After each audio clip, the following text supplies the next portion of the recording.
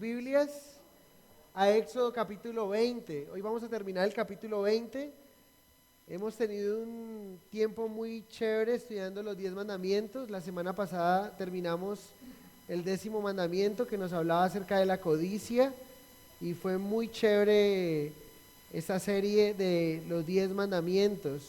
Pero entonces vamos a terminar el capítulo 20 que está desde el verso 18 hasta el verso 26, ¿sí? Del verso 18 al verso 26. Quiero que me acompañen a leerlo y luego entramos en materia a estudiarlo. Quiero que vayan allí entonces, vamos a Éxodo 20 del 18 al 26. En mi Biblia tengo la reacción de la gente como nombre, ¿no? Es algo que vamos a ver la reacción del pueblo después de que han recibido o después de que Dios ha hablado con Moisés y ha entregado los 10 mandamientos. Entonces vamos a leerlo juntos. Todo el pueblo observaba el estruendo y los relámpagos y el sonido de la bocina y el monte que humeaba, y viéndolo el pueblo temblaron y se pusieron de lejos. Y dijeron a Moisés: habla tú con nosotros y nosotros oiremos, pero no hable Dios con nosotros para que no muramos. Y Moisés respondió al pueblo: no temáis, porque para probarnos vino Dios, y para que su temor esté delante de vosotros, para que no pequéis. Entonces el pueblo estuvo a lo lejos, y Moisés se acercó a la oscuridad en la cual estaba Dios. Y Jehová dijo a Moisés: así dirás a los hijos de Israel: vosotros habéis visto que he hablado desde el cielo con vosotros. No hagáis conmigo dioses de plata, ni dioses de oro os haréis. Altar de tierra harás para mí, y sacrificarás sobre él tus holocaustos y tus ofrendas de paz, tus ovejas y tus vacas. En todo lugar donde yo hiciere que esté en memoria de mi nombre, vendré a ti y te bendeciré. Y si me hicieres altar de piedras, no las labres de cantería, porque si alzares herramientas sobre él, lo profanarás. No subirás gradas a mi altar, para que tu desnudez no se descubra junto a él. Junto a él. Esas son leyes que las propondrás. Señor, gracias te damos en esta noche. Queremos pedirte de tu bendición y quiero pedirte de una manera muy especial que tu Espíritu Santo llene nuestras vidas, nos hable de una manera especial, que tu palabra, Señor, siga limpiando nuestra vida como lo has hecho hasta el día de hoy, Señor. Que entres a lo más profundo de nuestro corazón y que seamos obedientes a tu palabra. Te lo pido en el nombre de Jesús. Amén. Bueno, como les decía, terminamos la serie de los 10 mandamientos. Fue muy chévere, muy emocionante ir por cada uno de los mandamientos y recordar lo que el Señor nos dice y cómo también podemos usarlo en un momento de evangelismo. Cuando alguien nos responde que es bueno, que es buena persona, simplemente haciendo un test de los 10 mandamientos podemos descubrir cuán pecadores somos, cómo hemos violado uno a uno de los 10 mandamientos. Y Santiago nos dice que si violamos uno de los mandamientos es como si hubiéramos transgredido todos ellos. Entonces es chévere porque podemos invitar a las personas a darse cuenta que no son tan buenos como dicen ser buenos, ¿no? Ninguno de nosotros puede llegar al Señor, puede llegar a Dios por medio del cumplimiento de la ley, porque todos hemos transgredido la ley en un punto o en varios, y no solamente una vez, sino muchas veces. Ahora lo que vemos aquí en el verso 18, como les digo, es como la reacción de la gente. Pero hoy quiero que recordemos algo que quizá olvidamos al ir estudiando uno a uno los mandamientos, los 4 primeros que son en sentido relación de Dios con los hombres y los 6 restantes relación hombre con el hombre. Es importante recordar dónde están ellos, ¿sí? Dónde han llegado. Recuerden que el pueblo ha salido de una esclavitud, han ido por un peregrinaje, Dios los ha ido guiando y pararon en un lugar. ¿Cuál es ese lugar? Tenemos que devolvernos a Éxodo 19, verso 1. Acompáñenme ahí para que tengamos el mapa en nuestro mente de qué es lo que está pasando, dónde se encuentran ellos y por qué es especial ese monte donde han llegado, el desierto donde están. Dice en Éxodo 19:1, en el mes tercero de la salida de los hijos de Israel de la tierra de Egipto, en el mismo día llegaron al desierto de Sinaí. Recuerden que ahí en el desierto también hay un monte llamado el monte de Sinaí, y en ese mismo lugar fue donde Moisés recibió su llamado. Y cuando recibió su llamado, Dios le dijo algo, y fue como una promesa.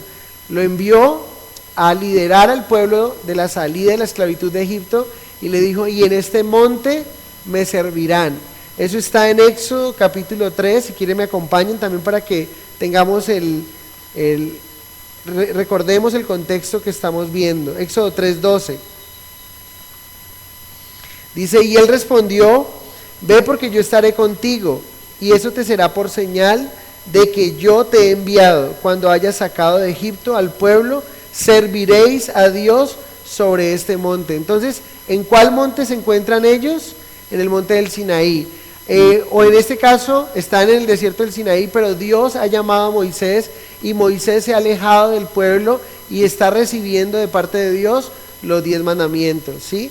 Le ha recibido, ellos están viendo, y vamos a ver cómo ellos vieron cómo fue entregado los 10 mandamientos a Moisés, de tal manera que ellos los impactó tanto que sintieron miedo, sintieron un temor. Y vamos a hablar un poco acerca de si es sano sentir un temor para acercarnos a Dios, o cuál es el temor realmente que debemos de tener al acercarnos a nuestro Dios. Entonces, lo primero es el temor del pueblo. Miren el verso 18 de Éxodo 20, ¿sí?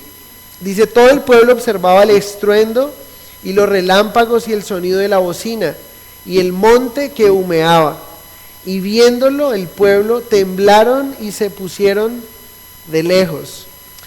Personalmente, para mí, una de las cosas que me hace pensar un poco acerca de la ira de Dios es cuando hay una noche donde hay relámpagos y donde hay tormentas. No sé si a ustedes les pasa igual, pero yo me imagino inmediatamente ese pasaje que está en Hebreos, donde dice, horrenda cosa es caer en manos del Dios vivo. No sé por qué, pero para mí, cuando, ustedes saben, aquí en Jamundí le llaman, o esa parte de acá se conoce como cielo roto, ¿sí? Y cuando llueve es a llover, y cuando está tronando y que se cimbra la casa, las ventanas, son de las cosas de la naturaleza que me hacen pensar un poco acerca de la ira de Dios, ¿no? De lo fuerte que debe ser, y ese pasaje, horrenda cosas debe ser caer en manos del Dios vivo. ¿Por qué les digo esto? Porque la forma en que Dios entregó los mandamientos a Moisés y lo que está ocurriendo, dice que el monte humeaba. Ahorita vamos a ver que lo que estaban pasando era como se estaban entregando los mandamientos, pero era como con juegos pirotécnicos. O sea, era una cosa loca. O sea, mientras Moisés estaba allá, ellos estaban viendo todo el ir y venir de fuego y llamas y cosas, y el monte humeaba. O sea, Dios quiso que fuera de esa manera, y ellos escuchan esa voz. O sea, ellos relacionaron todo esto con wow, o sea, temieron inmediatamente, dijeron, esto es algo serio. Y vamos a ver que fue un temor que Dios quiso infundir en el pueblo, ¿sí? Hay un temor que ellos sintieron, y que parece que al decirlo, al expresarlo, Dios se agradó de lo que ellos mismos dijeron, pero al mismo tiempo vamos a ver que no duró mucho ese temor, ¿sí? Entonces, como les decía, esto me hace pensar un poco en esta parte. Todo el pueblo estaba observando el estruendo de relámpagos mientras Dios daba los mandamientos a Moisés, y sintieron gran temor. Quiero que me acompañen a Deuteronomio 5, porque allí hay un detalle, dan unos detalles un poco más de este mismo pasaje. Es un pasaje paralelo también, y quiero que tengan ahí Deuteronomio 5, 22, y vamos a estar comparando algunos detalles de cómo el pueblo fue testigo de esta manifestación, ¿sí? De cómo Dios habló a Moisés, pero fue algo, wow, tremendo. Entonces, dice Deuteronomio 5:22, vamos a leer hasta el 26.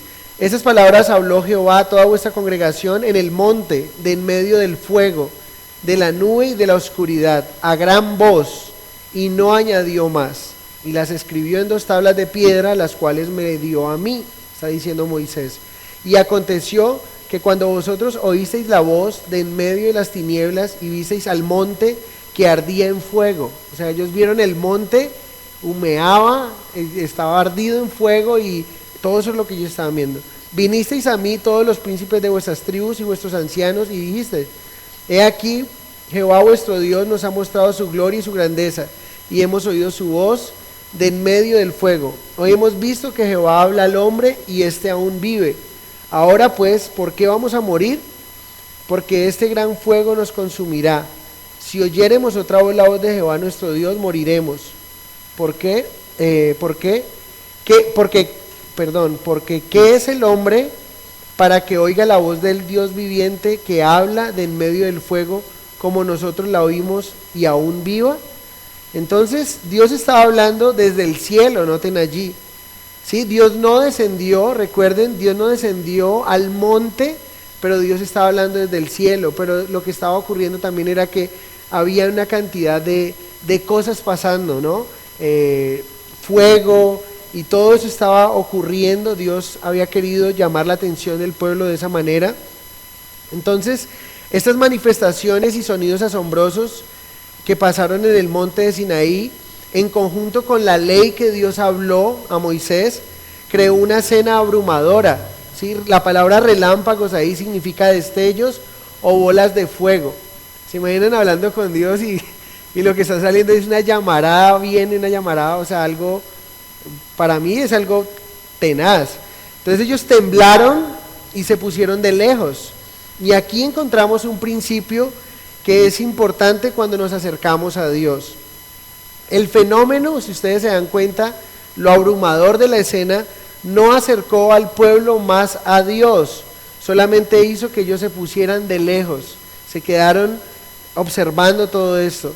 ¿Y saben por qué? Porque de alguna manera la santidad de Dios, ¿sí?, dejó en evidencia la imperfección del pueblo. Ellos sintieron temor porque saben que habían fallado, porque son pecadores, y eso los hizo sentir de alguna manera con ese temor de acercarse, y se pusieron de lejos.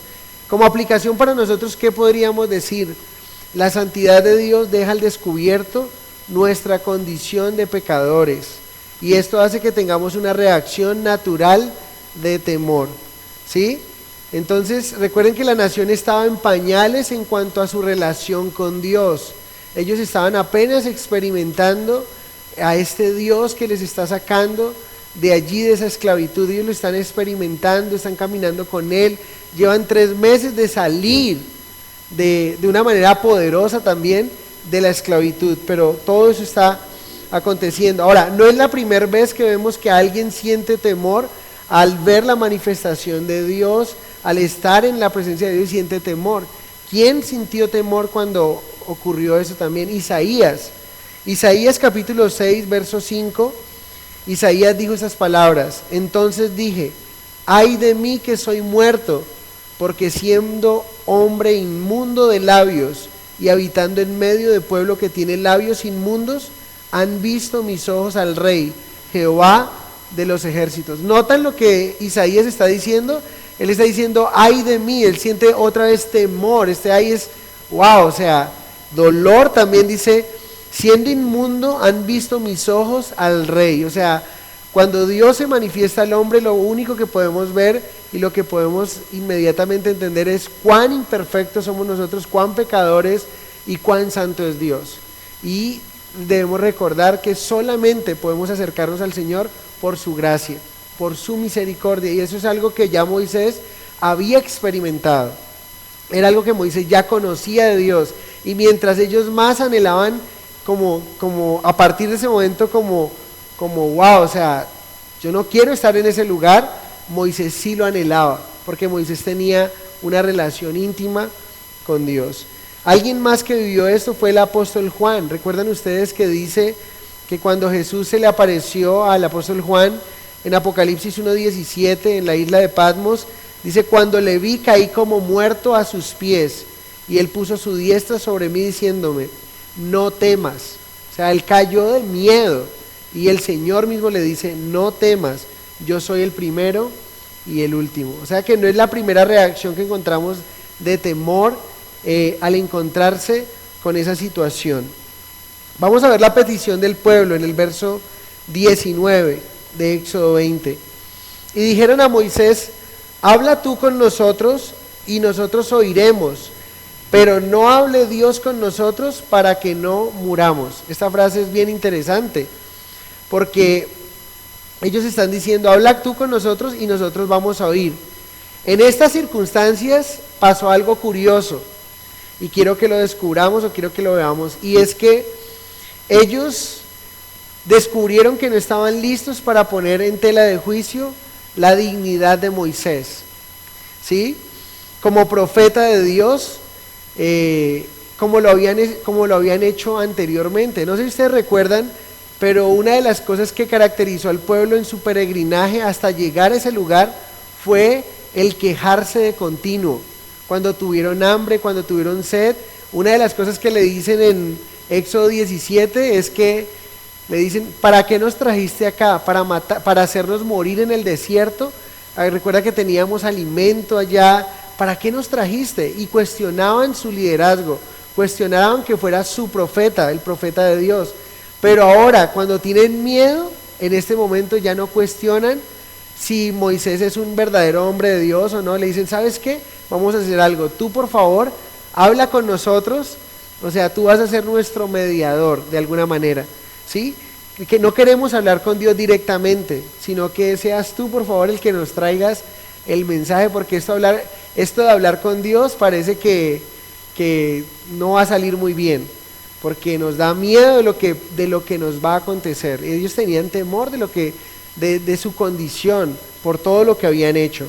Entonces, el pasaje que está aquí, y que es paralelo en Deuteronomio, miren lo que nos dice también, vayan a Deuteronomio 5, un momento, en el verso 27, nos dice que el pueblo ya no estaba solamente dispuesto a oír a Dios, sino a obedecer, o a oír a Moisés y a obedecerle, algo que habían cuestionado en otro momento. Dice aquí, Deuteronomio 5:27, acércate tú y oye todas las cosas que dijere Jehová nuestro Dios, y tú nos dirás todo lo que Jehová nuestro Dios te dijere, y nosotros oiremos, ¿y qué más? Oiremos y haremos. Muy bien. En el pasaje de Éxodo 20 dice, habla tú con nosotros y nosotros oiremos, pero no hable Dios con nosotros para que no muramos. Aquí no están diciendo solamente que van a oír, sino que van a obedecer. ¿Cómo Dios recibió las palabras de ellos? ¿Tenían una buena intención? Absolutamente. Miren el verso 28 de Deuteronomio 5. Dice, y oyó Jehová la voz de vuestras palabras cuando me hablabais. Y me dijo Jehová, he oído la voz de las palabras de este pueblo, que ellos te han hablado. Bien está todo lo que han dicho. O sea, ellos estaban sintiendo temor y están colocando a Moisés, están reconociendo que Moisés es el hombre que Dios había llamado para guiarles, ¿sí? Para ser el mediador de ellos. Pero miren el verso 29, ¿quién diera que tuviese tal corazón que me temiesen y guardasen todos los días todos mis mandamientos, para que a ellos y a sus hijos les fuere bien para siempre? Miren un principio de guardar los mandamientos. ¿Qué pasa cuando guardamos los mandamientos? Nos va a ir bien y le va a ir bien a nuestros hijos. O sea, simplemente es ver la tabla básica de los 10 mandamientos, que ahí se desprenden otros mandamientos, ¿no? Pero esos son como la columna vertebral del resto de mandamientos, que son más de 600. Pero uno se pone a ver, y estos 10 mandamientos, la columna, uno dice, ¿qué me puede pasar a mí si yo no mato? ¿Qué me puede pasar a mí si yo no robo? ¿Qué me puede pasar a mí si yo no adultero? ¿Qué me puede pasar a mí si no estoy codiciando? ¿Qué me puede pasar a mí si honro a mis padres de la manera que la Biblia dice? ¿Será que debo temer? No, porque estoy andando de acuerdo a lo que la ley dice. Y miren, ahí nos está diciendo, para que temiesen y guardasen todos los días mis mandamientos, para que a aquellos y a sus hijos les fuese bien para siempre. Entonces aquí encontramos un principio. ¿Quieres que te vaya bien en la vida? Necesitamos obedecer los mandamientos del Señor. Necesitamos poner por obra lo que Dios dice en su palabra. Y el Señor les dice, ve y diles, volveos a vuestras tiendas. Es interesante porque el Señor se agrada de lo que ellos quieren hacer.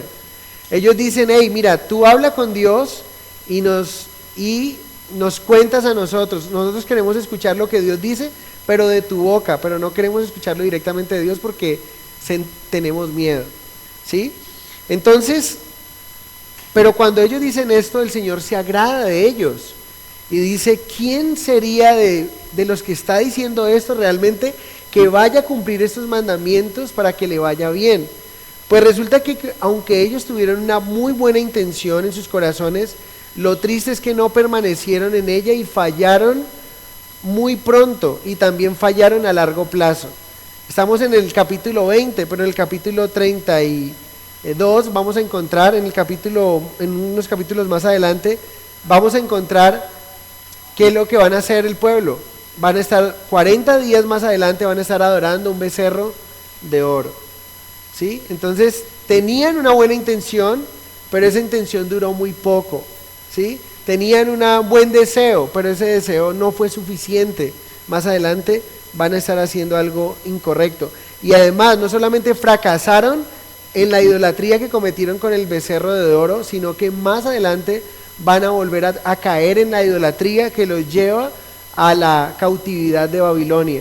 Lo que sí podemos saber es que el pueblo aprendió el no ser idólatra después de la cautividad de Babilonia. 70 años tuvieron que vivir otra vez cautivos, después de 430 años, ser libres, volver otra vez a pasar por la cautividad, por toda la opresión que vivieron, pero después de eso ellos aprendieron que Dios no quería que ellos fueran unos idólatras. Tremendo, ¿no? Con dolor, con tristeza, generaciones destruidas a través de este pecado. Entonces, no basta con tener buenas intenciones. Cada uno de los que estamos aquí, ¿cuántos de nosotros iniciamos el año con buenas intenciones? Iniciamos una semana con buenas intenciones, ¿sí? Iniciamos el mes, porque a veces hacemos borrón y cuenta nueva. Primero empezamos con el año. A veces hacemos buenas intenciones, buenos deseos, pero no bastan con buenos deseos. Es necesario rendirlos al Señor. Ahorita cantábamos, a ti me rindo. Es necesario decirle al Señor, Señor, no puedo solo. No lo puedo lograr solo, en mis fuerzas sé que no lo voy a lograr, pero si rindo esta área a ti, sí lo voy a poder hacer. Entonces, no basta con buenos deseos, necesitamos obedecer al Señor, rendir estas áreas al Señor. Juan 15:5, algunos es nuestro pasaje de estudio, ¿sí? El que permanece en mí y mi palabra permanece en vosotros, este llevará mucho fruto, porque separados de mí, nada podéis hacer. Y cuando la Biblia nos dice que nada podemos hacer, es porque nada podemos hacer, ¿sí? O podemos hacerlo, pero no va a salir bien, ¿sí? Cuando lo hacemos en nuestras fuerzas, no va a salir bien. Y podemos colocar la firma realmente que así va a ser. Pero cuando lo entregamos al Señor, vamos a poder dar la milla, vamos a poder avanzar con el Señor. Entonces, aquí mi hermano usa una frase que la recordé haciendo ese estudio y es: el infierno está lleno de personas que tuvieron buenas intenciones, ¿sí? El infierno va a estar lleno, va a estar lleno de gente que tuvo muy buenas intenciones, pero no basta con tener buenas intenciones. Es necesario hacer lo correcto, es necesario mantenernos en lo que Dios quiere que hagamos. Entonces este pueblo tiene un buen corazón, un buen deseo, pero vemos que no bastó con ese buen deseo. Fallaron a los 40 días y más adelante volvieron a fallar. ¿Qué están diciendo? No hable Dios con nosotros para que no muramos. Uno podría pensar que cuán emocionante fue para Israel, o Israel pudo haber amado la experiencia en el monte de Sinaí, y especialmente el tener el honor de haber escuchado la voz de Dios. Pero saben, en lugar de esto, y debido a la gran admiración y terror que sintieron, ellos querían que Dios dejara de hablarles directamente. Tremendo, ¿no?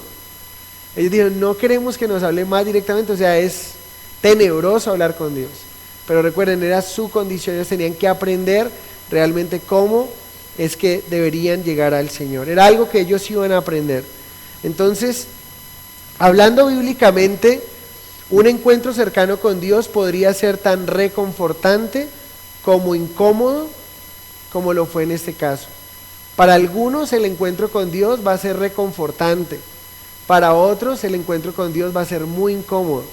¿Sí? ¿De qué depende? De la disposición de aquel que se acerca al Señor. El que se acerca en pecado, ambos pueden acercarse en pecado, pero si ese que se acercó en pecado está dispuesto a entregar esa área al Señor, está dispuesto a rendirse al Señor, para él ¿qué va a ser? Confortante. Pero para aquel que quiere abrazar su pecado, que no lo quiere soltar, que quiere jugar a la iglesia, que quiere jugar al cristianito, que quiere estar allí y creer que es más sabio que Dios y que eso que Dios dice en su palabra no va a ocurrir, pues para él va a ser incómodo. Un pasaje en la Biblia o ocasiones en la Biblia donde encontramos esto, Zaqueo. Para Zaqueo fue reconfortante, gracias, el encontrarse con el Señor. Recuerden qué ocurrió. Era un pecador, era un usurero, era un ladrón. Y Dios entró a su casa y este hombre dio frutos de arrepentimiento y Dios en ese momento le dijo, cuando este hombre dijo, mira, el que he defraudado, voy a devolverle 4 veces lo que he defraudado.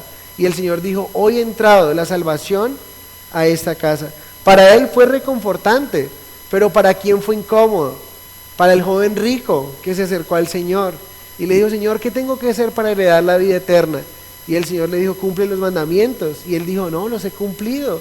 Mira que hago esto y hago lo otro. Entonces el Señor le dijo, ok, entonces ve y vende todo lo que tienes y dalo a los pobres.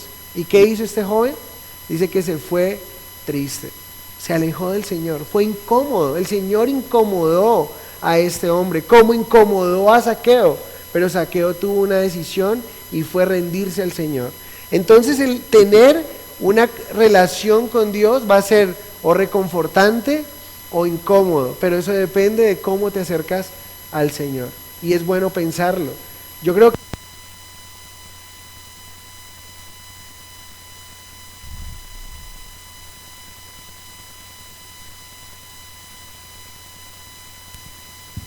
gracias, Simón. Entonces quiero que sepan y quiero que recordemos esto, para todos va a incomodarnos porque el Señor nos va a confrontar, pero ¿cómo vamos a salir de ahí cuando el Señor nos confronta con una decisión que debemos tomar, con un pecado que debemos abandonar? ¿Sí? ¿Qué vamos a hacer? Y eso es lo que está pasando allí. El Señor está, vamos a verlo, el Señor quiere que ellos sientan ese temor, pero no un temor malsano, sino un temor verdadero, un temor bien infundido para que no pequen. Entonces, con esta expresión de no hable con nosotros para que no muramos, no hable Dios con nosotros para que no muramos, Israel quería que Moisés de alguna manera fuera para ellos su mediador. ¿Y saben algo? Lo interesante es que Moisés aquí, ellos temían morir si ellos no tenían un mediador. Y eso nos habla de la necesidad del hombre de tener un mediador. ¿Sí? Moisés aquí lo vemos como una sombra de lo que Cristo haría por nosotros. ¿Qué dice 1 Timoteo 2:5? Porque solo hay un Dios y un mediador entre Dios y los hombres. ¿Quién es? Jesucristo hombre. ¿Sí? Entonces solo existe un Dios y solo existe un mediador. Y ese mediador se llama ¿cómo? Jesucristo.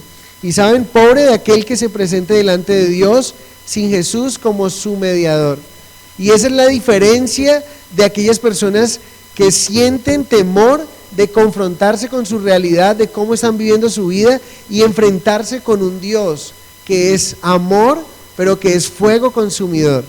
¿Sí? ¿Y saben cuál es el temor de ellos? El temor de ellos está infundido en que no tienen ese mediador, no tienen quien dé la cara por ellos, no tienen quien los defienda. Pero ahora nosotros podemos venir y acercarnos confiadamente al trono de la gracia de Dios y no sentimos temor, pero no porque merezcamos ir al trono de Dios, ni porque merezcamos estar cerquita ahí al Señor, ni porque seamos más buenos que otros, sino porque tenemos a Jesús como nuestro abogado, como nuestro mediador. Y eso es lo lindo. Y entonces uno ve cómo personas le huyen a tener una relación con Dios, porque tienen temor de lo que pueda ocurrir, tienen temor de lo que va a pasar con sus vidas. Pero nosotros no sentimos ese temor, porque lógicamente tenemos un respeto, una reverencia delante de Dios, pero tenemos a un abogado por nosotros y es Jesucristo. Entonces, miren el verso 20, vamos a ver el propósito de este temor. Y Moisés respondió al pueblo: no temáis, porque para probaros vino Dios y para que su temor esté delante de vosotros, para que no pequéis. Escuchen con atención, porque este pasaje parece que Moisés se contradijera. ¿Cómo así? ¿No teman? ¿O no debemos de temer o sí debemos de temer? ¿Al fin qué, Moisés? Porque aquí él dice: no temáis, pero esto que ocurrió era para que temieran. Entonces, ¿debemos de temer o no debemos de temer? Lo que está diciendo aquí es, Dios quería,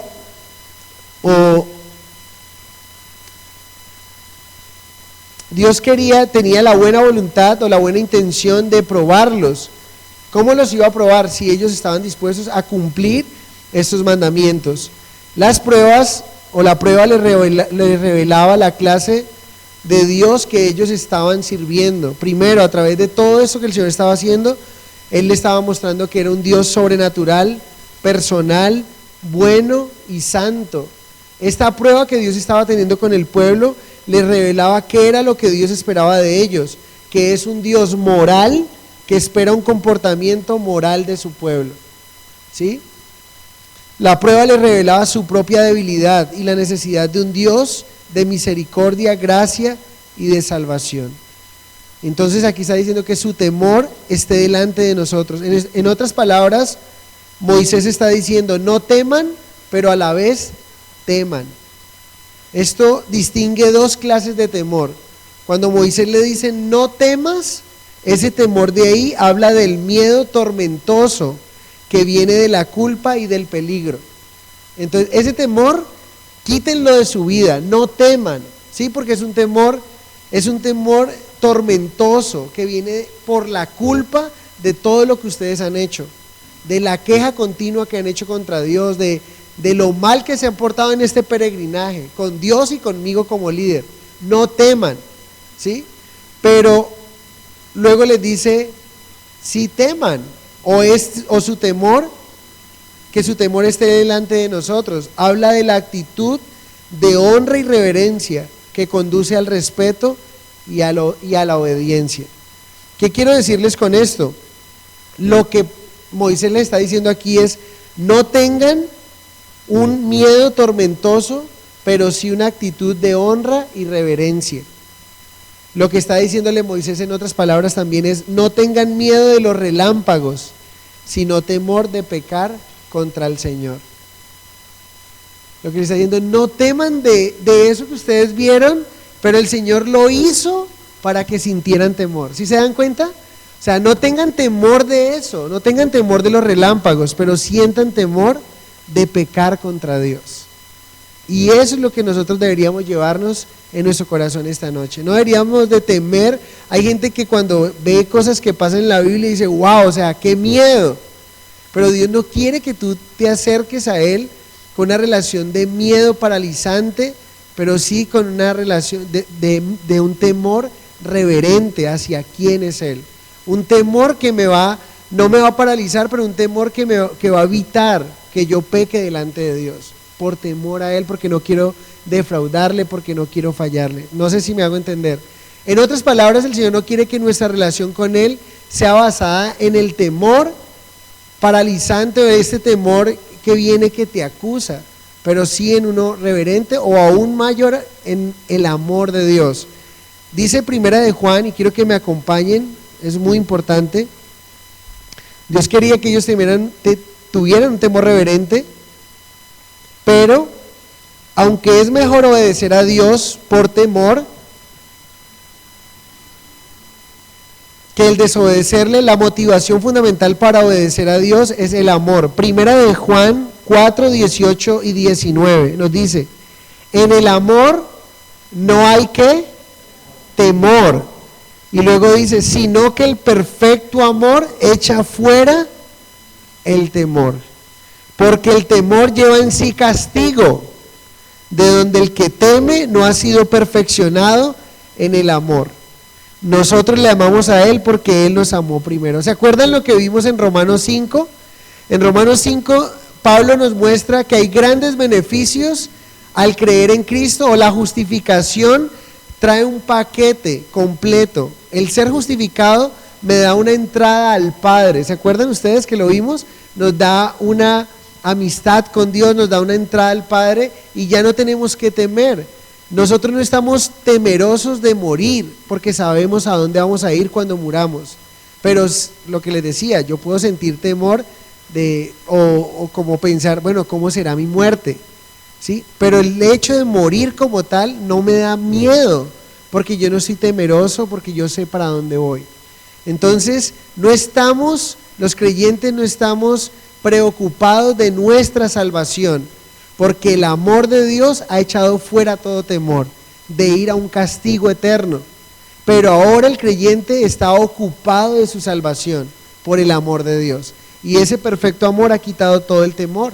Y ahora no estamos basados en una relación tormentosa y venimos a la iglesia porque si no me voy al infierno. No, yo vengo a la iglesia porque quiero tener una relación, un compañerismo con el Señor. ¿Sí? Es diferente, es basado en amor y no en temor. Pero noten que dice allí, para que no pequéis. ¿Sí notan?